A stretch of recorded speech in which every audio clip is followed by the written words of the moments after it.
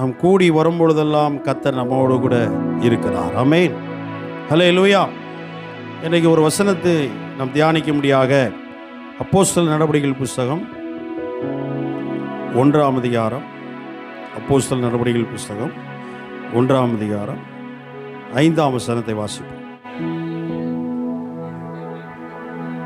ஆகையால் நீங்கள் எருசலேமை விட்டு போகாமல் என்னிடத்தில் கேள்விப்பட்ட பிதாவின்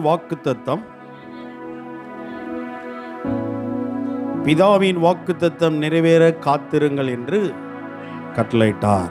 கர்த்தர் வேளையிலே நம்மோடு பேச முடியும். ஒரு முறை கண்களை மூடி ஆண்டவர்கிட்ட மறுபடியுமா நம்ம கேட்போம். ஆண்டவரே, நீ சொல்லுங்க ஆண்டவரே, உடைய வார்த்தை எல்லாம் ஒளிந்து போனாலும், வானம் பூமியும் ஒளிந்து போனாலும் உடைய வார்த்தை ஒளியாது சுவாமி. ஆகவே உடைய வார்த்தைக்காக நாங்கள் காத்திருக்கிறோம்.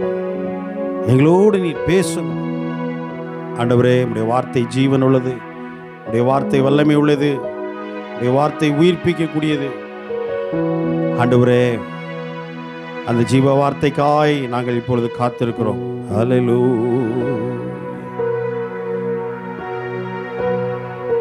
யாரும் அறியாத என்னை நன்றாய் தேடி வந்த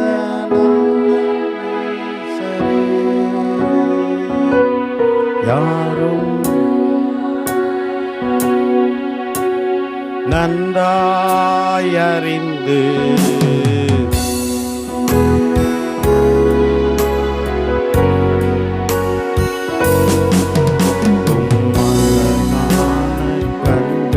என்னை கண்டது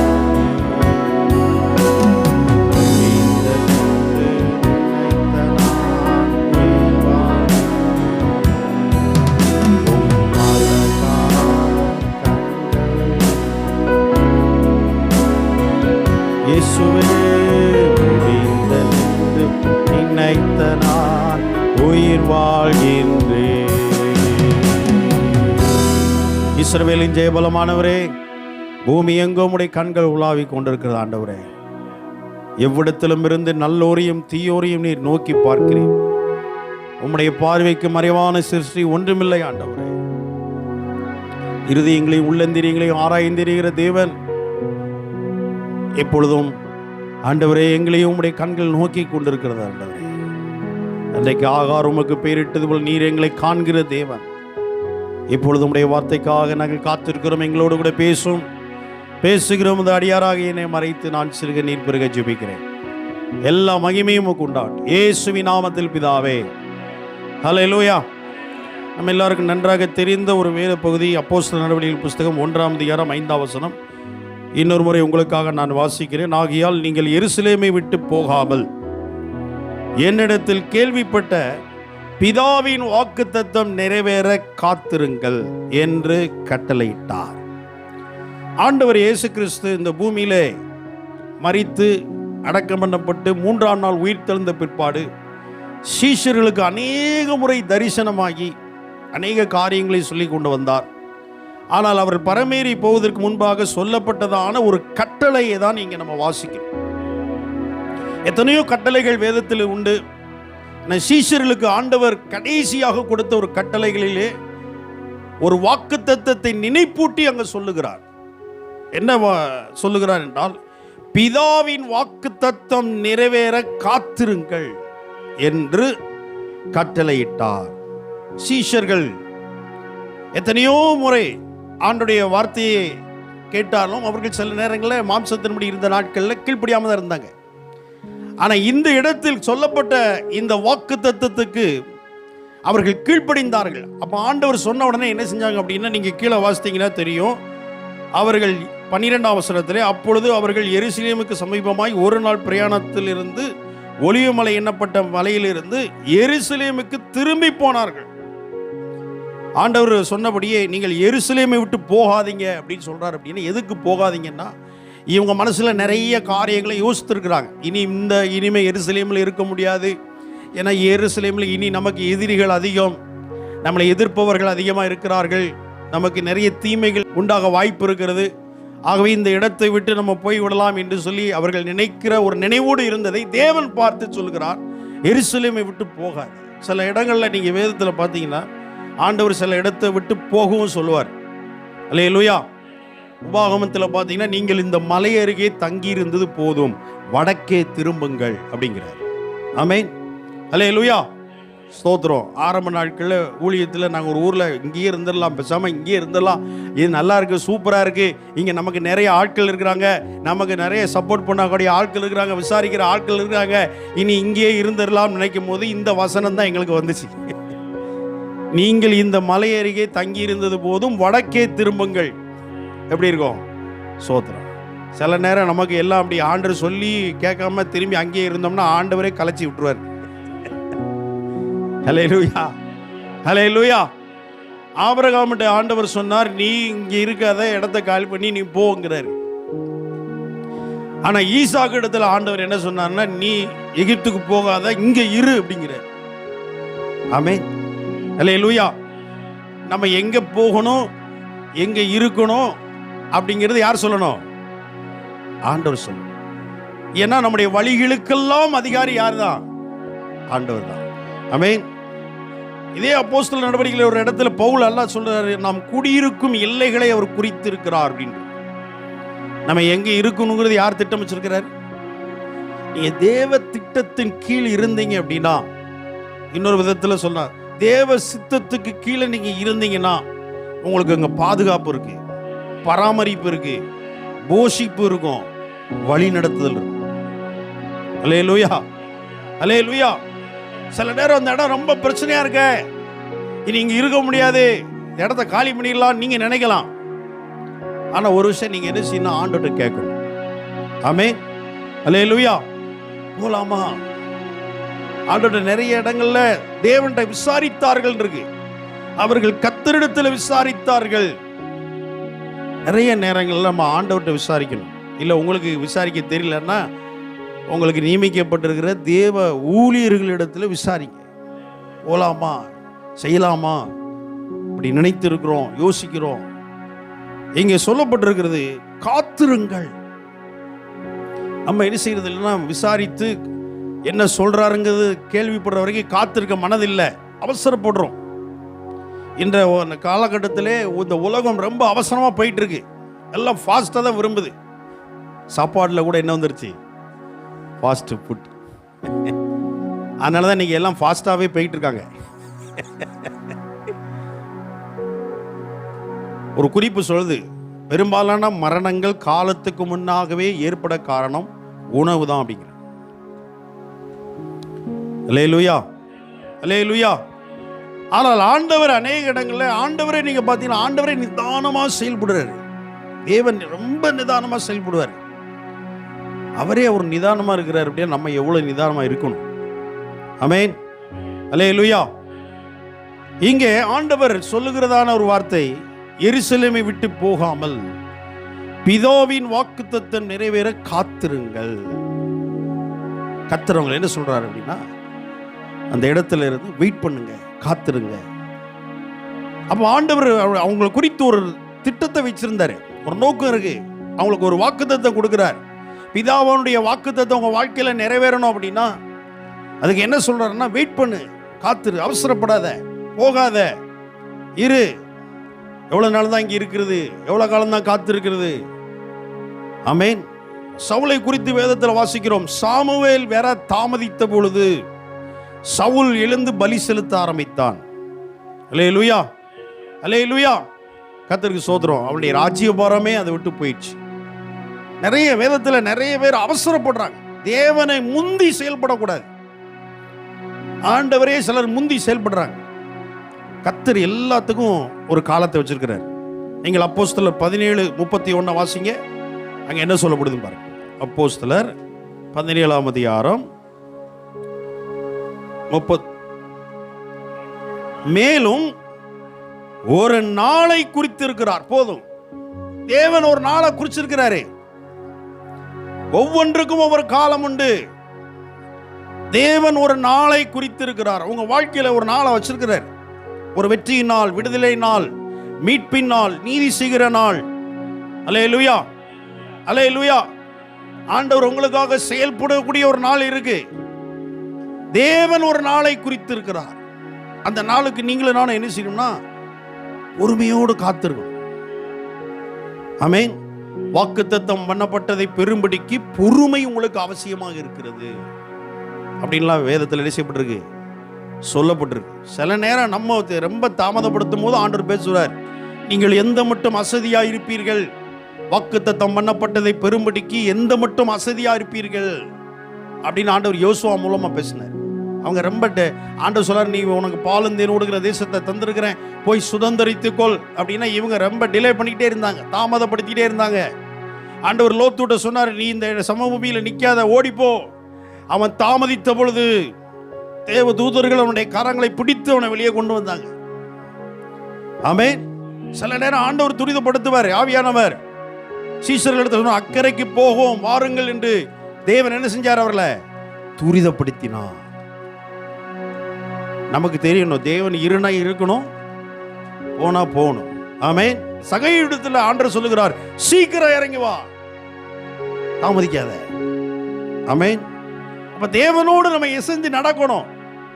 இஸ்ரவேலர்கள் அப்படி இருந்தார்கள். எகிப்தை விட்டு வெளியே வரும் பொழுது ஆண்டவர் அவங்களுக்கு சொன்னார், மேகஸ்தம்பம் அக்னி ஸ்தம்பம் ரெண்டு சொல்லப்படுது. மேகத்தை அவங்களுக்கு ஒரு வழி நடத்துகிற லீடர் போல வச்சிருந்தார்.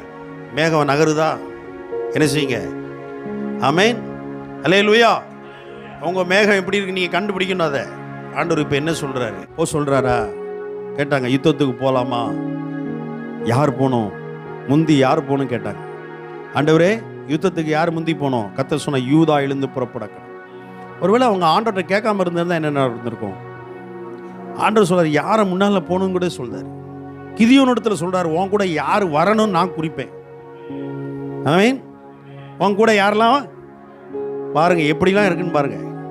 நம்ம இதெல்லாம் கேட்கணும் ஆண்டவர்கிட்ட, நம்ம போலாமா? ஆமென். தாவீது ஆண்டவரிடத்தில் விசாரித்தான், ஆண்டவரே யூதாவின் பட்டணங்களிலே போய் நான் குடியிருக்கலாமா? கர்த்தர் சொல்றார், போ. எவ்விடத்திற்கு போக வேண்டும்? கர்த்தர் சொல்ல, எப்ரோனுக்கு போ, எப்ரோனுக்கு போ.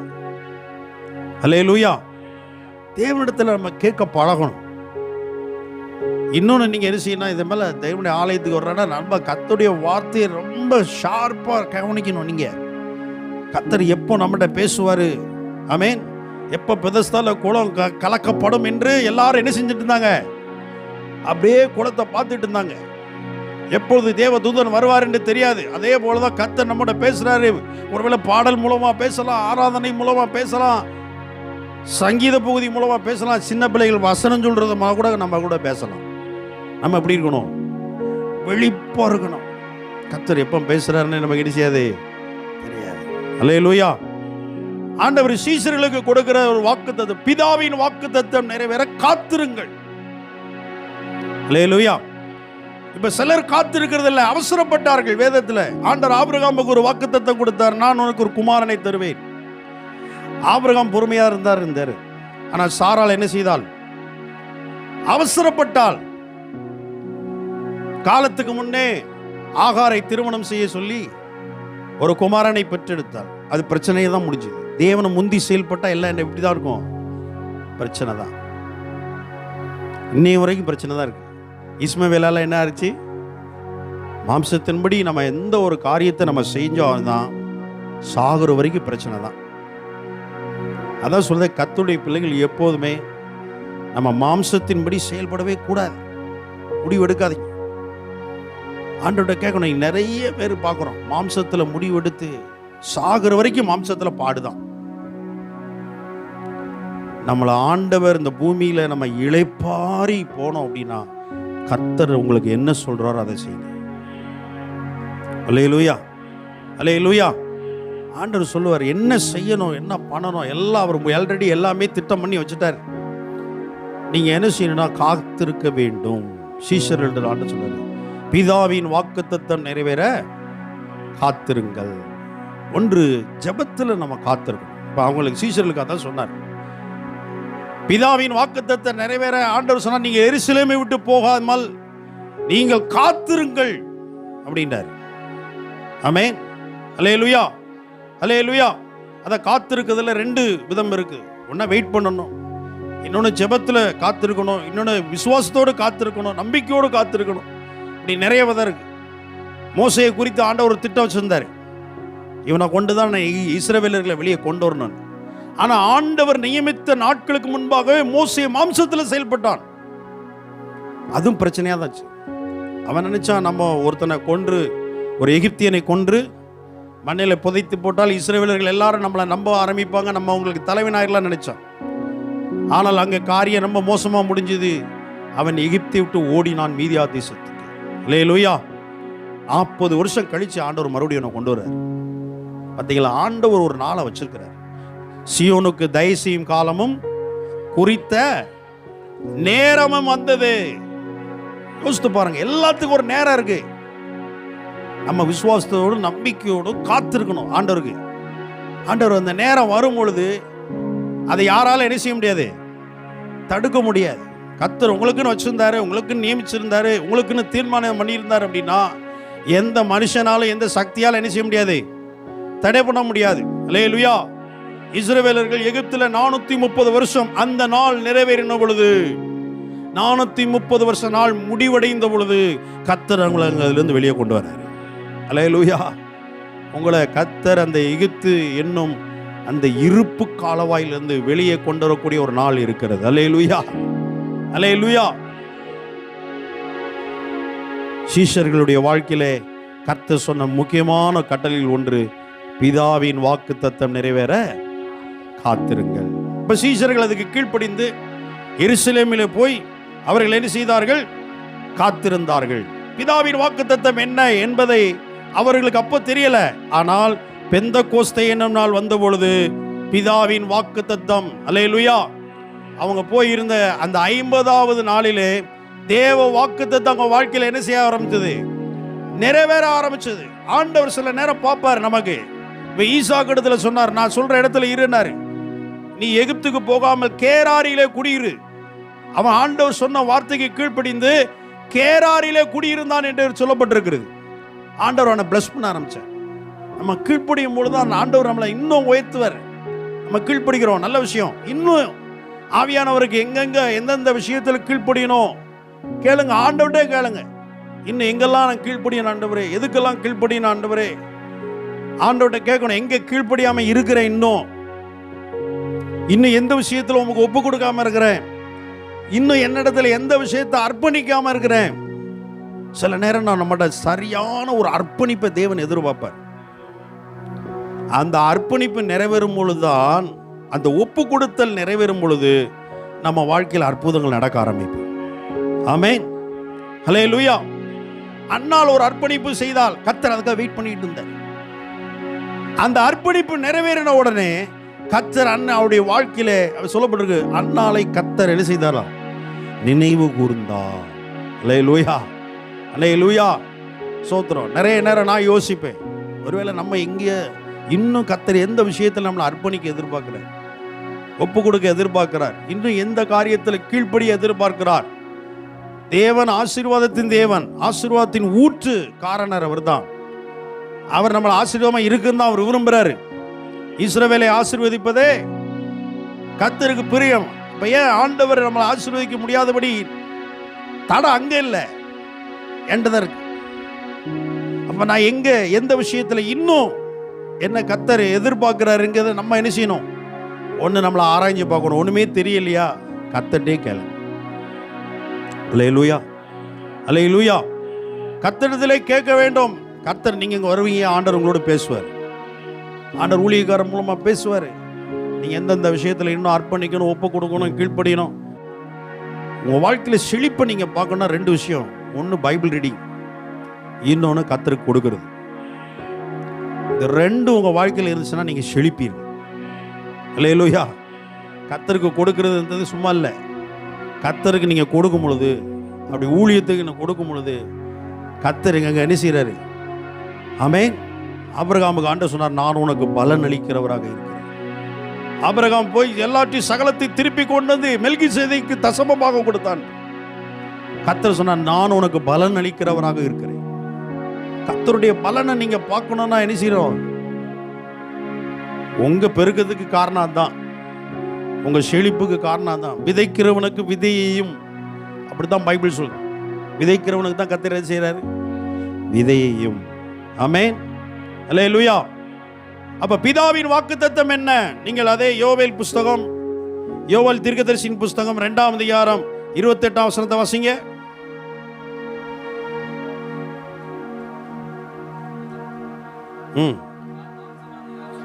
நான் மாம்சமான யாவர் மேலும் என் ஆவியை ஊற்றுவேன். அல்லேலூயா. பிதாவின் வாக்குத்தத்தம் என்ன? ஆண்டவர் சீசர்களுக்கு சொன்ன காரியத்தில் பிதாவின் வாக்குத்தத்தம் நிறைவேற காத்திருங்கள் என்று சொன்னாரே, அந்த வாக்குத்தத்தம் என்னவென்றால், தேவன் சொல்ல, மாம்சமான யாவர் மேலும் என் ஆவியை ஊற்றுவேன். அல்லேலூயா, அல்லேலூயா. பிதாவன் அவர் சொன்ன வாக்குத்தத்தம் யோவேல் தீர்க்கதரிசி 2:28 சொல்லப்பட்டிருக்கிறபடி இவர்கள் வாக்குத்தத்தம் நிறைவேற காத்திருக்க வேண்டும் என்றார்கள். தேவன் சொன்னபடியே எருசலேமிலே போய் அவர்கள் காத்திருந்தார்கள். அந்த வாக்குத்தத்தம் அவருடைய வாழ்க்கையில நிறைவேற ஆரம்பித்தது. அல்லேலூயா, அல்லேலூயா. இன்றைக்கு நமக்கு ஒருவேளை இன்னைக்கு இந்த நிறைய நேரம் நம்ம நினைக்கிற வாக்குத்தத்தம்னா, கர்த்தர் நமக்கு அதை செய்வார், இது செய்வார் அப்படின்னு நம்ம நினைக்கிறோம். அது உண்மைதான். ஆனால் இங்கே தேவன் சொல்லுகிற மிக முக்கியமான ஒரு பிரதானமாக சீஷர்களுக்கு சொல்லப்பட்ட கட்டளையின் மூலமாய் சொல்லப்பட்ட வாக்குத்தத்தம் இது, என் ஆவியை அவர்கள் மேல் ஊற்றுவேன். அல்லேலூயா, அல்லேலூயா. இதை தான் இயேசுவானவர் கூட மத்தேயு 7ஆம் அதிகாரம் 11ஆம் வசனத்தை வாசிங்க. மத்தேயு எழுதின சுவிசேஷம் 7ஆம் அதிகாரம் 11. ஆகையால் பொல்லாதவர்களாகி நீங்கள்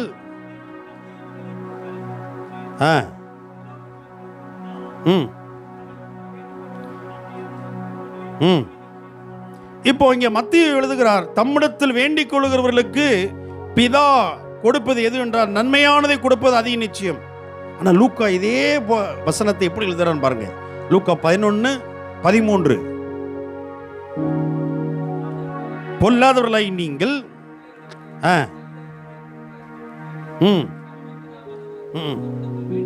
தம்மிடத்தில் வேண்டிக் கொள்கிறவர்களுக்கு. இப்போ மத்தேயு எழுதுகிறார், நன்மையானதை கொடுப்பது அதிக நிச்சயம். அதுல நன்மையானதை கொடுப்பார். அந்த நன்மையானது என்னது? நம்ம நினைக்கிறோம் உலகத்தின் ஆசீர்வாதங்கள், அது நன்மைதான்.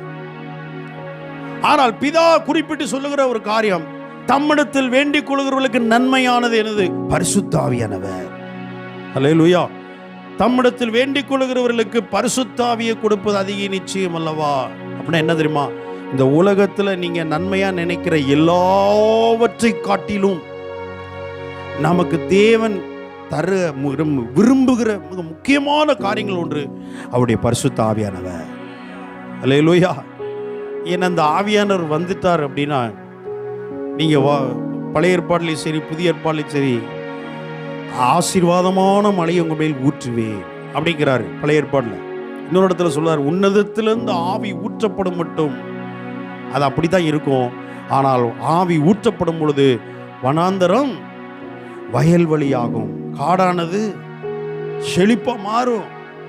அப்ப நம்முடைய வாழ்க்கையில தேவன் என்ன விரும்புகிறார் என்றால், இந்த நன்மையான ஈவாகிய பரிசுத்த ஆவியானவரை நமக்கு வாக்குத்தத்தம் பண்ணியிருக்கிறார். அல்லேலூயா.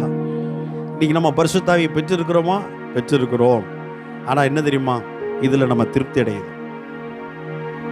தேவன் தமது ஆவியை இயேசுவுக்கு எப்படி கொடுத்தாராம்?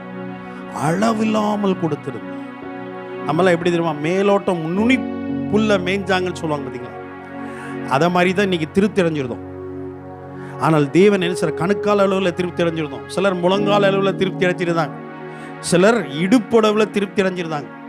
ஆனால் வேதம் சொல்லுது, நீந்த வேண்டும், மூழ்கணும். ஆமென். இப்போ கடற்கரையிலெல்லாம் சிலர் காலம் மட்டும் நினைப்பாங்க, சிலர் கொஞ்சம் முட்டு வரைக்கும் போவாங்க, அப்புறம் சிலர் தைரியமானவங்க நல்லா நீந்த ஆரம்பிச்சிடுறாங்க. குளத்திலே அப்படிதான். அல்லேலூயா. நமக்கு தேவன் என்ன கொடுக்க விரும்புகிறார்? பரிசுத்த ஆவியின் நிறைவை கொடுக்க விரும்புகிறார். இந்த பரிசுத்த ஆவியின் அவசியம் என்ன? இந்த பரிசுத்த ஆவியினுடைய தேவை என்ன? இப்போ சீசருடைய வாழ்க்கையில ஆண்டவர் ஏன் இதை சொன்னார் அப்படின்னா, நீங்கள் உன்னதத்திலிருந்து வருகிற பலனினால் நீங்க தரிப்பிக்கப்பட வேண்டும் என்று சீஷர்களுக்கு தேவன் அதிகமாய் வலியுறுத்தி சொன்ன ஒரு காரியத்தில் ஒன்றுதான் இந்த வாக்குத்தத்தம். அப்படியானால் இந்த பரிசுத்தாவியை பெற்றுக்கொண்ட பிற்பாடு சீஷருடைய வாழ்க்கையில என்னென்ன காரியங்கள் நடந்தது நீங்க கொஞ்சம் பாருங்க. இதுக்கு முன்னாடி அவங்க வாழ்க்கை எப்படி இருந்தது, இதுக்கு பிறகு அவங்க வாழ்க்கை எப்படி இருந்தது, நீங்க யோசித்து பார்க்கணும். பரிசுத்தாவியை பெற்றுக்கொள்வதற்கு முன்பாக சீஷர்களுடைய வாழ்வு எப்படி இருந்தது, பரிசுத்தாவியானவர் மேல் வந்த பொழுது சீஷர்களுடைய வாழ்க்கை எப்படி மாறியது நம்ம பார்க்கணும். ஆமென். அப்ப பரிசுத்தாவியை பெற்றுக்கொண்ட பிற்பாடு சீஷருடைய வாழ்க்கையில் என்னென்ன நடந்தது நீங்க வாசிங்க. அதே அப்போஸ்தலர் நடபடிகள் புஸ்தகம், கர்த்தருக்கு ஸ்தோத்திரம், நீங்கள் 2ஆம் அதிகாரம் 11ஆம் வசனத்தை வாசிக்கும் பொழுது வாசி.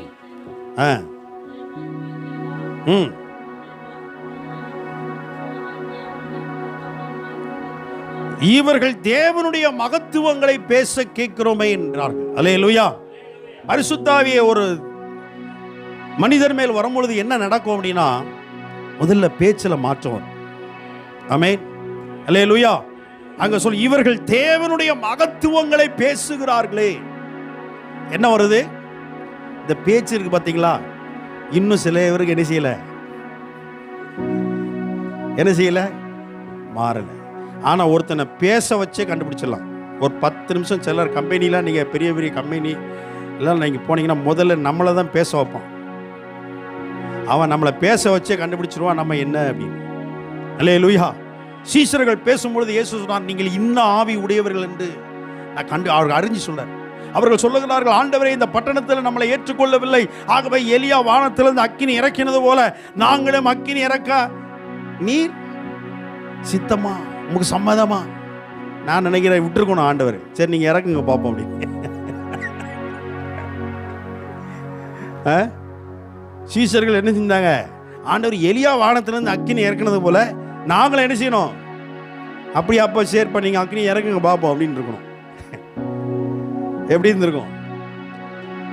ஆண்டவர் சொன்னார், நீங்கள் இன்னும் ஆவி உடையவர்கள். அப்ப ஆண்டவர் அவங்க பேச்சை வச்சே கண்டுபிடிச்சார். பேதுரு இயேசுவை மரிதெழுத்து பிற்பாடு இயேசு பிலாத்து அரண்மனைகளை கொண்டு போகப்பட்ட பொழுது பேதுரும் உள்ள அரண்மனைகளை போய் கொஞ்ச நேரம் குளிர் காய்ந்து கொண்டிருக்கும் போது அங்க ஒருத்தர் சொல்லுகிறார், அங்க ஒரு ஸ்திரீ சொல்லுகிறாள், நீயும் இயேசுவினுடைய சீஷரில் ஒருவன், ஏனென்றால் உன் பேச்சு உன்னை வெளிப்படுத்துது.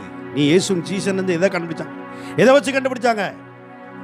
ஆமா, சிலர் உங்க முக சாயலை வச்சு உங்க இன்னாருடைய மகனான்னு கண்டுபிடிப்பாங்க. உங்க பேச்சை வச்சே நீங்க யாருன்னு உங்களுக்கு என்ன செஞ்சிருவாங்க? இன்னாருடைய மகனா, இன்னாருடைய தம்பியா, அண்ணனா அப்படி சொல்ல ஆரம்பிச்சிருவாங்க. இதே போலதான் கர்த்தருடைய பிள்ளைகளுடைய வாழ்க்கையில நம்ம பேச்சு என்ன செய்யணும்? மாறணும். பரிசுத்தாவின் நிறைவு ஒரு மனுஷன் மேல வரும் பொழுது அங்க பேச்சிலே மாற்றங்கள் உண்டாகும். அவன் அவிசுவாசமாவே பேச மாட்டான். அல்லேலூயா, அல்லேலூயா. கிருபை பொரிந்தின வார்த்தைகளை பேச ஆரம்பிப்பாங்க. தைரியப்படுத்துகிற வார்த்தைகளை பேச ஆரம்பிப்பாங்க. பிறரை திடப்படுத்துகிற வார்த்தைகளை பேச ஆரம்பிப்பாங்க. நம்பிக்கை கொடுக்கக்கூடிய வார்த்தைகளை பேச ஆரம்பிப்பாங்க. அல்லேலூயா. ஆனா சில பேச்சை பார்த்துங்க, கர்த்தருக்கு ஸ்தோத்திரம், சில நேரம் நமக்கு தெரியல, நம்ம வீணா பேசிட்டு இருப்போம். உதடுகளின் பேச்சு வறுமையை கொண்டு வரும் சொல்லப்பட்டிருக்கு. சிலர் வீணா பேசி ஆவிக்குரிய அபிஷேகத்தையே இழந்துருவாங்க. பேச்சை குறித்து நம்ம என்ன செய்யணும்? எச்சரிக்கையா இருக்கணும். அல்லேலூயா. இப்போ பாருங்க, சிலருக்கு நாவை அடக்கம் இருக்காது. அதனால யாக்கோபு சொல்லுகிறார், நாவை அடக்க ஒரு மனுஷனாலும் கூடாது. அல்லேலூயா, அல்லேலூயா. பரிசுத்தாவினர் வந்தாதான் நாவை அடக்கம் வரும். ஆமென், அல்லேலூயா. நிறைய பேர் பேச்சில் எவ்வளவு பிரச்சனைகளை சந்திச்சிருக்காங்க தெரியுமா? வார்த்தையை விட்டுருவாங்க. வார்த்தை ஒரு மனுஷனை கொல்லவும் செய்யும், ஒரு மனுஷனை உயிர்ப்பிக்கவும் செய்யும். ஆமென், அல்லேலூயா. ஒரு வார்த்தை ஒரு மனுஷனை உயிர்ப்பிக்கும். யாக்கோபிடத்தில் சொல்லுகிறார், உடைய குமாரன் உயிரோடு இருக்கிறான், யோசேப்பு. அந்த செய்தி யாக்கோப்பை உயிர்ப்பித்தது அப்படின்னு. அது வரைக்கும் அவன் அப்படி ஒன்று வாழ்க்கையே இல்லை போயிருந்தது. ஆனால் அந்த செய்தி வந்தது, அந்த வார்த்தை அவளை உயிர்ப்பித்தது. ஆமென், அல்லேலூயா. இஸ்ரவேலர்கள் எகு பாலுந்தேன் ஓடுகிற தேசத்தை வேவு பார்த்துட்டு வந்து 10 பேர் துர்ச்செய்தியை பேசினார்கள், அவிசுவாசமா பேசினாங்க. அங்க பெரிய கலகமே உண்டாயிடுச்சு. நம்ம எப்படி பேசுறோம்? கர்த்தருடைய பிள்ளைகள் நம்ம எப்பவுமே பரிசுத்த ஆவியை பெற்றிருக்கிற தேவ பிள்ளைகள் நம்ம எப்பவுமே விசுவாச வார்த்தைகளை பேச பழகும். ஆமென். அல்லேலூயா, அல்லேலூயா. கர்த்தருக்கு ஸ்தோத்திரம். குறை சொல்றது, நியாயந்திருக்கிறது, நிபச்சொல், விரல் நீட்டுதல், இதெல்லாம் ஆண்டவர் வெறுக்கிற விஷயம். ஆமென். பிறரை யாரும் குற்றவாளி அனுசியாதீங்க, தீர்க்காதீங்கன்னு சொல்றார் ஆண்டவர். அல்லேலூயா. அப்ப பரிசுத்த ஆவியானவர் வர்றதுக்கு முன்னால சீஷர்கள் என்ன செஞ்சாங்கன்னா, தாங்க நீ பெரியவனா நாம் பெரியவனா, அவங்களுக்குள்ள மேட்டிமையான பேச்சு இருந்தது. மேட்டிமையான பேச்சு பேசிக்கிட்டே இருப்பாங்க. நான் யாரு, என் குலம் என்ன, கோத்திரம் என்ன, என் படிப்பு என்ன, அந்தஸ்து என்ன. ஆவியானவர் வந்தாருன்னா இதெல்லாம் என்ன செஞ்சிடும், சுட்டரிக்கப்படும். ரொம்ப தாழ்மையா பேசுவாங்க. அல்லேலூயா, அல்லேலூயா. அப்ப பரிசுத்த ஆவியானவருடைய ஈவு இந்த பூமியில தேவன் நமக்கு தருகிற மிக பிரதானமான ஈவுல குமாரனுக்கு பிறகு பரிசுத்த ஆவியானவர் தான். அது நமக்கு ரொம்ப தேவை, அவசியம். அதில் நம்ம காலளவில் இருக்கிறோமா முட்டளவில் இருக்குமா தெரியாது, ஆனால் நீந்தக்கூடிய ஒரு அனுபவத்தில் நாம் இருக்க வேண்டும். கேட்கணும் ஆண்டவர்கிட்ட, இன்னும் இயேசுவே நீர் பிதாவால் பரிசுத்த ஆவியினால் அளவில்லாமல் நிரப்பப்பட்டது போல எனக்கும் அந்த அபிஷேகம் வேண்டும். ஆமென். அப்ப முதலாவது ஆவியானவர் வரும்பொழுது என்ன நடக்குது, பேச்சில மாற்றங்கள். இரண்டாவது பாருங்க, அதே அப்போஸ்தலர் 2ஆம் அதிகாரம், கர்த்தருக்கு ஸ்தோத்திரம், 14ஆம் வசனம். அப்பொழுது பேதுரு 11 கூட நின்று அவர்களை நோக்கி உரத்த சத்தமாய்.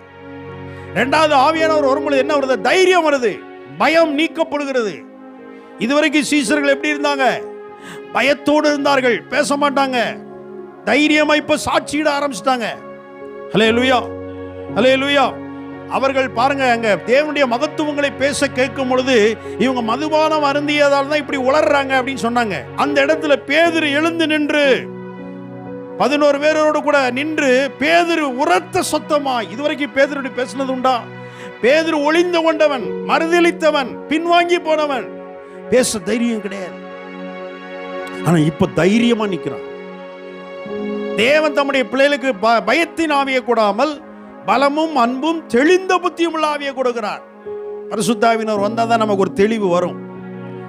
நான் சொல்லுவேன், உலகத்தில் இருக்கவங்களுக்கு எல்லாம் 6 அறிவு, பரிசுத்த ஆவியானவர் வந்து அது 7வது அறிவு.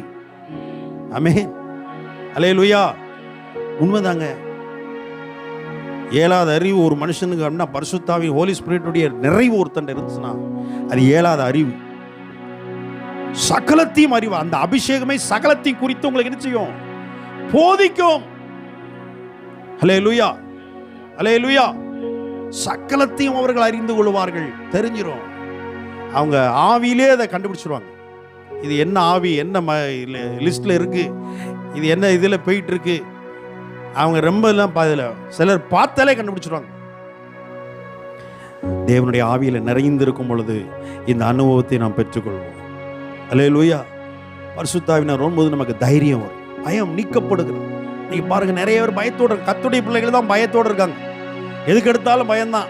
எதிர்காலத்தை குறித்த பயம், தேவை குறித்த பயம், பிசாசு குறித்த பயம், மனுஷரை குறித்த பயம். என்ன பண்ணுவோம், என்ன செய்வோம். ஏன் தெரியுமா, ஆவியில சரியா நிரம்பலன்னு அர்த்தம். பரிசுத்த ஆவியின் நிறைவு வரும்போது தான் நமக்கு தைரியம் வரும். அல்லேலூயா, அல்லேலூயா. பாருங்க, பரிசுத்த ஆவியில நிறைந்த பவுல் அநேகரை திடப்படுத்தினான் என்று எழுதப்பட்டிருக்கிறது. நம்மளே என்ன செய்யணும், பயந்துகிட்டு இருக்கோம். என்ன செய்வோம், என்ன பண்ணுவோம், இதை எப்படி செய்ய போறோம், எப்படி பண்ண போறோம், எப்படி முடிக்க போறோம், எப்படி கடந்து போக போறோம், பயம் வரும். ஆனால் தேவனுடைய ஆவியானவர் ஒரு மனுஷன் மேல வரும் பொழுது, இங்க பேதுருவை குறித்து வாசிக்கிறோம், அவன் தைரியமாய் உரத்த சத்தமாய். அது வரைக்கும் யார் முன்னால் நின்று பேசவே முடியாது, தைரியம் இல்லாதவன். இப்ப தைரியமா பேசுறானா, என்னன்னா தேவனுடைய ஆவியானவர். அல்லேலூயா, அல்லேலூயா. கர்த்தருக்கு மகிமை உண்டாகட்டும். மூன்றாவது அப்போஸ்தலர் நடபடிகள் புத்தகம் 2ஆம் அதிகாரம். கர்த்தருக்கு ஸ்தோத்திரம். நீங்கள் 16-17 வசனங்களை வாசிக்கும் பொழுது, தீர்க்கதரிசியாகிய யோவேலினால் உரைக்கப்பட்டபடியே இது நடந்தேறுகிறது. கடைசி நாட்களிலே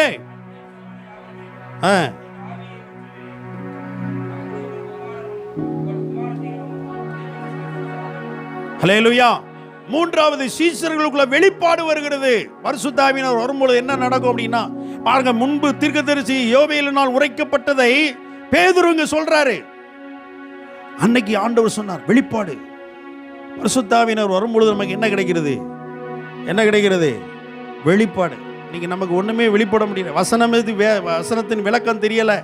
என்னத்தை ஆண்டவர் என்ன காரியத்துக்காக சொல்கிறாரு, ஒரு தெளிவில்லாத காரணம் இதுதான். பரிசுத்தாவினர் வந்தால் நமக்கு என்ன கிடைக்குன்னா வெளிப்பாடு உண்டாகும். குடும்பத்தில் ஒரு காரியம் நடக்குதா, குடும்பத்தில் ஒரு விஷயம் நடக்குதா, ஏன் இப்படி நடக்குது, எதனால் நடக்கு, நமக்கு தேவன் வெளிப்பாடை கொடுக்கணும் அப்படின்னா பரிசுத்த ஆவியானவர் என்ன செய்யணும்? அபிஷேகத்தை நாம் பெற்றிருக்க வேண்டும். அல்லேலூயா, அல்லேலூயா, ஸ்தோத்திரம். சில நேரங்களில் உங்கள் பாஸ்டர் எல்லா இடத்துக்கும் வர முடியாது. சில சூழ்நிலைகளில் நீங்கள் தனிமையாக நிற்பீங்க. இப்போ என்ன செய்யணும் முடிவெடுக்க தெரியல, என்ன பண்ணணும்னு தெரியல. தேவன் சில விஷயத்தை வெளிப்படுத்துவார். அல்லேலூயா. சில நேரம் பார்த்தீங்கன்னா ஆவியானவர் இந்த இடத்துல இந்த வார்த்தையை சொல்லும் கூட உங்கள்கிட்ட அந்த ஒரு வெளிப்பாடு உங்களுக்கு வரணும். சீஷர்கள் அதை பெற்றுக்கொண்டார்கள். தீர்க்கதரிசி மூலமாக உரைக்கப்பட்டது. இப்போ நம்ம வேலை வந்திருக்கிறது. இது யோவேல் தீர்க்கதரிசி மூலமாய் சொல்லப்பட்டது. அப்போ ஆவியானுடைய நிறைவு வர்ற வரைக்கும் சீஷர்கள் எப்படி இருந்தாங்க? ஒரு வெளிப்பாடு இல்லை. ஹல்லேலூயா, ஹல்லேலூயா. வெளிச்சம் இல்லை. ஆகவே அன்பு தேவனுடைய பிள்ளைகளை, நம்முடைய வாழ்க்கையில் அந்த பிதாவின் வாக்குத்தத்தமாகிய பரிசுத்தாவின் நிறைவுக்காய் வாஞ்சிக்க வேண்டும். ஆவியானவர் வரும் பொழுது நமக்கு வெளிப்பாடு உண்டாகும். தேவன் சில விஷயத்தை முன்னக்கூட்டியே வெளிப்படுத்துவார். நீங்க நல்ல ஆவியில நிறைஞ்சி இருந்தீங்கன்னா, பரிசுத்தாவின் அபிஷேகத்தை பெற்றிருந்தீங்க அப்படின்னா கர்த்தருக்கு ஸ்தோத்திரம். அதான் சில சபையில முதல்ல வரணும். தேவன் பாட்டு படிச்சு இங்க ஆராதனை நடத்தும் போது, அபிஷேகத்தை நடத்தும் போது அதுக்கே நீங்க வரணும். எதுவாக வரக்கூடாது. அதான் நீங்கள் அந்த அபிஷேகத்தில் நிறையணும். நீங்கள் தனியாக நிறைவீங்களான்னு தெரியாது. சபையில் நிறைய கூட்டத்தில் ஐக்கியப்படுங்க. நீங்கள் வரும்பொழுது அன்னைக்கு அந்த திருச்சபையில் எல்லாரும் ஒருமனப்பட்டு பாருங்க. ஸ்தோத்திரம். காத்திருந்தார் கத்தருங்க. அப்படி ஒருமனப்பட்டு வரும்பொழுதுங்க சபையில் ஆண்டவர் தம்முடைய பரிசுத்த ஆவியை ஊற்றுவார். நம்ம உயிர்ப்பிக்கப்படுவோம், ஜீவன் பெறுவோம். அல்லேலூயா. அவர்களுக்குள்ளே வெளிப்பாடு உண்டாயிற்று. அதே அப்போஸ்தலர் நடவடிக்கைகள் புஸ்தகம் 2ஆம் அதிகாரம், கர்த்தருக்கு ஸ்தோத்திரம், 37ஆம் வசனத்தை வாசிக்கும் பொழுது, இதை அவர்கள் கேட்ட பொழுது இருதயத்திலே குத்தப்பட்டவர்களாகி பேதுருவை மற்ற அப்போஸ்தலரை பார்த்து, நாங்கள் என்ன செய்ய வேண்டும்? பரிசுத்த ஆவியானவர் ஒரு மனுஷன் மேல ஒரு மனம் திரும்புதல் உண்டாகும். ஹல்லேலூயா, ஹல்லேலூயா. பாவத்தை குறித்து, நீதியை குறித்து, நியாயத்தை குறித்து அவர் என்ன செய்வாராம்? கண்டித்து உணர்த்துவார். இன்னைக்கு நிறைய விஷயம் நமக்கு பாவம்னே தெரியல. ஆவியானவர் இருந்தா தானே தெரியும். ஸ்தோத்திரம். அல்லேலூயா, அல்லேலூயா. அதாவது ஆவியானவருடைய நீதின்னு ஒன்று இருக்கு. ஆவியானவர் அதான் சொல்ல, நீதியை குறித்து நீங்க ஆவியானவர்கிட்ட கேளுங்க. நீதினா என்னன்னு கேளுங்க. நமக்கு ஒரு நீதி வச்சிருப்போம். நம்ம நீதியெல்லாம் வேதம் சொல்லுது அழுக்கான கந்தை. நீங்க ஆவியானவரிடத்துல கேளுங்க, ஆண்டவர் ஆவியானவர் உங்களுடைய நீதியிலே என்னை நடத்தும் அப்படின்னு கேட்டு பாருங்க. ஹல்லேலூயா. நமக்கு தெரியல, ஆவியானவர் சொல்வாரு. இங்க சொல்லப்பட்டிருக்கிறது, அவர்கள் இருதயத்திலே குத்தப்பட்டார்கள். ஆவியானவருடைய அபிஷேகம் ஒரு மனுஷன் மேல வரும்போது நம்ம மற்றவங்கள மாதிரியே இருக்க மாட்டோம். நம்ம உள்ளத்துல பேசுவார். இப்படித்தான் நீ இருக்கணும். ஆமென். நம்ம நீதியெல்லாம் நம்ம ஒரு ஷெட்யூல் போட்டு வச்சிருப்போம். ஒரு நீதியை கர்த்தர் சொல்ல, இது தூர போடு, இதுக்கு வா. ஆமென். நீங்க விரும்பினால் நூறு அளவில் இருக்கக்கூடிய தவற கூட ஆவியானவர் ஒன்னத்தை சித்தமா இருக்கிறார். நம்ம விரும்பணும், நம்ம விரும்பி கேட்கணும். நீங்க விரும்பினாதான் ஆவியானவர் அதை செய்ய முடியும். ஆவியானவர் மென்மையானவர், ஆனா அதே விதத்தில் வல்லமை உடையவர். ஹல்லேலூயா. நம்ம அனுமதி இல்லாம அவர் நமக்குள்ள எதுவுமே செய்ய முடியாது. நம்ம அனுமதி இல்லாம என்ன செய்ய மாட்டாரு ஆண்டவர். நம்ம அனுமதி எதிர்பார்க்கிறார் ஆவியானவரும். சிலர்லாம் ஆவியானவரை என்ன செய்தாங்கன்னா, சிலர் வீட்டுக்குள்ள, உங்க வீட்டுக்கு என்ன செய்வீங்க, வாசல்லே வச்சு பேசி அனுப்பிடுவீங்க. சிலர் ஹால் வரைக்கும் அனுமதிப்பீங்க, சிலர் பெட்ரூம் வரைக்கும் அனுமதிப்பீங்க, சிலர் உங்க பீரோல திறக்கிற வரைக்கும் அனுமதிப்பீங்க. அப்படிதானே? அப்படிதானே? சோத்திரம். ஆவியானவருக்கு அப்படி அனுமதி கொடுக்கணும். ஃபுல் கண்ட்ரோல் நீங்க எடுத்துக்கணும். நீங்க என்ன சொல்றீங்களோ செய்ய ஆயத்தமா இருக்கு. பழைய ஏற்பாட்டில் வாழ்ந்த பரிசுத்தவான்கள் நிறைய பேர் அப்படித்தான் இருந்தாங்க. கர்த்தர் கூப்பிட்டாலே போறோம், இதோ அடியே, என்ன செய்யும், உன் குமாரனை ஒண்டி பலியிடு. ஏதாவது பேசுறாரா? யோசிக்கவே இல்லை. கர்த்தர் கேட்கிறாரு, அவர் தான் கொடுத்தாரு, அவர் தான் கேட்கிறாரு. ஏதாவது பேசினாரா ஆபிரகாம்? ஒன்னும் பேசல. பரிசுத்த ஆவியானவர் வரும் பொழுது நம் இருதயத்தில் சில நேரம் நம்ம தவறுகள் குற்றங்கள் செய்யும்போது உணர்வு உண்டாகும். இந்த உணர்வு இருக்கிற வரைக்கும் நம்மெல்லாம் பாக்கியவான்கள். ஹல்லேலூயா. என்னைக்கு இந்த உணர்வு இல்லாமல் போதோ சொல்லி முடிஞ்சுது. ஒரு மனுஷனை என்னைக்கு ஆண்டவர் அவன் இஷ்டத்துக்கு விடுறாரோ அதை விட பரிதாபம் வேற எதுவுமே கிடையாது. நம்ம அவர் கண்ட்ரோல் பண்ண விரும்புகிறார். ஆமென். ஹல்லேலூயா.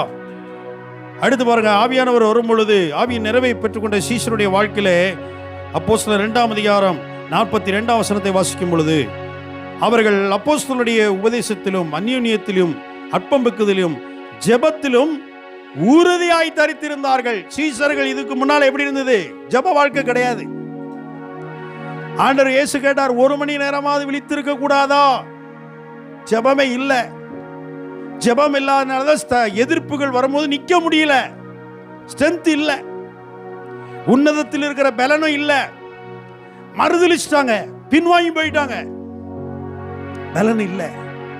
இன்னைக்கு நிறைய பேர் ஏன் ஆண்டவருக்கு சாட்சியா நிக்க முடியல? பலன் இல்லை. சிலருக்கு கொஞ்ச நேரத்துக்கு மேல நிக்க முடியாது. சொல்லுவாங்க, ஐயா பலவீனமா இருக்கேன், அதை நிக்க முடியும். ஆவிக்குரிய வாழ்க்கையிலேயே நிக்க முடியல, ஜெப வாழ்க்கையிலேயே நிக்க முடியல, வேத வாசிப்பு வாழ்க்கையிலேயே நிக்க முடியல, பரிசுத்த வாழ்க்கையிலேயே நிக்க முடியல, விசுவாச வாழ்க்கையிலேயே நிக்க முடியல, பலன் இல்ல. சீஷர்கள் ஒரு காலத்துல ஆண்டவர் சொல்ல 1 மணி நேரமாவது விழித்திருக்க கூடாதா? இப்போ எப்படி நடக்குது? அவர்கள் உறுதியாய் தரித்திருந்தார்கள். அல்லேலூயா, அல்லேலூயா. இப்போ எப்படி நடந்தது? பரிசுத்த ஆவியானவர் வரும் பொழுது. ஆமென். அதனால தான் சிலர் ஜெபிக்கவே முடியல. 10 நிமிஷம் ஜெபம் முடியல. 10 நிமிஷத்துக்கு மேலே வண்டி ஓட முடியலையா? நான் சொல்றேன், ஆவியானவருடைய பெற்றுக்கொள்ள. ஆவியானவர் வந்தார்னா இரவெல்லாம் ஜெபிக்க ஆரம்பிச்சிருவாங்க. ஆமென். அல்லேலூயா. மணிக்கணக்காக ஜெபிக்க ஆரம்பிப்பீங்க. ஆவியானவர் வந்தார்னா மணிக்கணக்காக வேதத்தை வாசிப்பீங்க. அதான் அதை அவரை பெற்றுக்கொள்ள வேண்டும். சீஷருடைய வாழ்க்கையில் அதுக்கு பின்பு பார்த்தீங்கன்னா, அவர்கள் ஜெபத்திலே உறுதியாய் தரித்திருந்தார்கள்.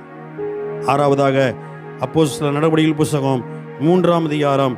கர்த்தருக்கு ஸ்தோத்திரம். நீங்கள் 6ஆம் வசனத்தை வாசிக்கும் பொழுது, அப்பொழுது பேதுரு, வெள்ளியும் பொன்னும் என்னிடத்தில் இல்லை, என்னிடத்தில் உள்ளதை உனக்கு தருகிறேன், நசரேயனாகிய இயேசு கிறிஸ்துவின் நாமத்தினாலே நீ வல்லமை உடையவர்களாய் மாறினார்கள். இதுவரைக்கும் சாதாரண ஆளு, ஒண்ணு நடக்கல அவங்கள வச்சு. இப்ப இயேசுவை விட அதிகமா அற்புதம் செய்ய ஆரம்பிச்சிட்டாங்க. எப்ப நடந்தது? ஆவியானுடைய நிறைவு வந்தது. நீங்க எப்படியே இருந்து வாழ்க்கையை ஓட்டி ஒண்ணுமில்லாம் பேரும் நினைக்கிற கூடாது. இயேசுக்காக என்ன செய்யுங்க? நீங்க ஒப்பு கொடுக்கணும். ஆண்டவரிடத்துல பட்சபாதமே கிடையாது. ஏதாவது செய்யணும் ஆண்டவரே, உங்களுடைய நாம மகிமைக்காக. என்ன என்ன என்ன இந்த பூமியில உங்களுடைய ராஜ்யம் கட்டப்படுவதற்கென்று என்ன எதற்காக என்னை வைத்திருக்கிறீர்? எனக்குரிய கிருபை என்ன? எனக்குரிய தாளந்து என்ன? இந்த சபையில எனக்கு நீர் கொடுக்கப்பட்ட ஊழியம் என்ன? கேளுங்க. சீஷர்கள் அங்கே பார்க்கிறோம், பிறவி முடமான ஒருவனை தூக்கி எடுத்தார். அற்புதம், அடையாளங்கள் அவர்கள் நடைபெற ஆரம்பித்தது. இதுவரைக்கும் சாதாரண ஆட்களாக இருந்தார்கள், இப்போ அசாதாரணமான காரியங்களை செய்யக்கூடியவர்களாய் மாறினார்கள். எப்போ நடந்தது? பரிசுத்த ஆவியானவர் வந்த பொழுது. அல்லேலூயா, அல்லேலூயா.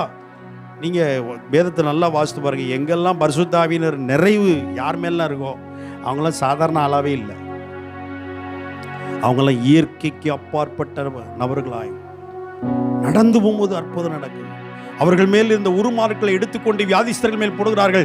அற்புதம் நடைபெறுகிறது, சுகம் உண்டாகிறது. சுகம் அளிக்கிறவர்களாக சுற்றி திரிந்தார்கள். அவர்களை பற்றி சொன்னார்கள், உலகத்தை கலக்குகிறவர்கள் இங்கு வந்து விட்டார்கள். ஒரு காலகட்டத்தில் எருசலேமை சுற்றி இருந்தவங்க, எருசலேமுக்குள்ளே இருந்தவங்க இப்ப சொல்லப்பட்டிருக்கிறது, உலகத்தை கலக்கிறவர்களாய் மாறினார்கள். நீங்க இப்படியே இருப்பது தேவனுடைய சித்தம் அல்ல. அல்லேலூயா, அல்லேலூயா, அல்லேலூயா. ஸ்தோத்திரம். ஆண்டவர் உங்களையும் பயன்படுத்த சித்தமுள்ளவராக இருக்கிறார். ஆமென். அல்லேலூயா, அல்லேலூயா. கர்த்தருக்கு ஸ்தோத்திரம். ஏழாவதாக அப்போஸ்தலர் நடவடிக்கைகள் புஸ்தகம் 3ஆம் அதிகாரம் நீங்கள் 12ஆம் வசனத்தை வாசிக்கும் பொழுது, பேதுரு அதை கண்டு ஜனங்களை நோக்கி, இஸ்ரவேலரே, இதை குறித்து நீங்கள் ஆச்சரியப்படுகிறது என்ன? நாங்கள் எங்கள் சுய சக்தியினாலாவது சுய பக்தியினாலாவது இவனை நடக்க பண்ணினோம் என்று நீங்கள் எங்களை நோக்கி பார்க்கிறது என்ன? தாழ்மை பாருங்க. எல்லாரும் பிரமிப்போடு சீசர்களை பார்க்குறாங்க. அவர் சொன்ன, எங்களை ஏன்பா பார்க்குறீங்க? இது எங்க திறமை கிடையாது, இது எங்க ஞானம் கிடையாது, இது எங்க சக்தியினால செய்யல. யார் செஞ்சா? தேவன். ஹல்லேலூயா, ஹல்லேலூயா. அவர்கள் சொல்லுகிறார்கள் அங்கே 16ஆம் வசனத்தில், அவருடைய நாமத்தை பற்றும் விசுவாசத்தினாலே அவருடைய நாமமே நீங்கள் பார்த்து அறிந்திருக்கிற இவனை வெளிப்படுத்தினது, அவரால் உண்டாகிய விசுவாசமே உங்கள் எல்லாருக்கும் முன்பாக இந்த சர்வாங்க சுகத்தை இவனுக்கு கொடுத்து நீங்கள் எங்களை நோக்கி பார்க்கிறது என்ன பார்க்காத? அவர்களுக்குள்ள தாழ்மை, பயங்கரமான அற்புதம் மூலமா நடந்தது. அவங்க சொல்றாங்க, எங்களால ஒன்றும் இல்லப்பா. தாழ்மை உள்ளவர்களாய் மாறி ஆவியினுடைய நிறைவு ஒரு மனுஷனுக்குள்ள இருந்துச்சுன்னா, நான் சொல்றேன், தாழ்மையா இருப்பான். பேச்சில் தாழ்மை இருக்கும், செயல்ல தாழ்மையா இருக்கும். எனக்கு இயேசுட ரொம்ப பிடிச்சது இருக்குமா, யோசிச்சு பாருங்க. தேவன் தம்மை மறைத்து கொண்டிருக்கிற தேவனா இருக்கிறார். எவ்வளவு அற்புத அடையாளங்கள், ஆச்சரியம், வல்லமையுடைய தேவன், பூமி அனைத்துக்கும் ராஜாவா இருக்கிறவர், அந்த சராசரங்களை சிருஷ்டித்த தேவன் தன்னை மறைச்சிக்கிட்டு இருக்கிறார். ஒரு நொடி பொழுதுல நான் தான் மெய்யான கடவுள் ஆண்டவர் என்பதை இந்த உலகத்துக்கு வெளிப்படுத்த முடியுமா? முடியாதா? அவர் எப்படி இருக்கிறார்? தம்மை மறைத்து கொண்டிருக்கிறார். அவ்வளவு சக்தி வாய்ந்த அதிகாரமுள்ள தேவாதி தேவனே தன்னை மறைச்சிக்கிட்டு இருக்கிறார்னா நம்ம எப்படி இருக்கணும்? எவ்வளவு தாழ்மையா இருக்கு. அதான் ஆண்டவர் சொன்னார், என்னிடத்தில் கற்றுக்கொள்ளுங்கள். அல்லேலூயா.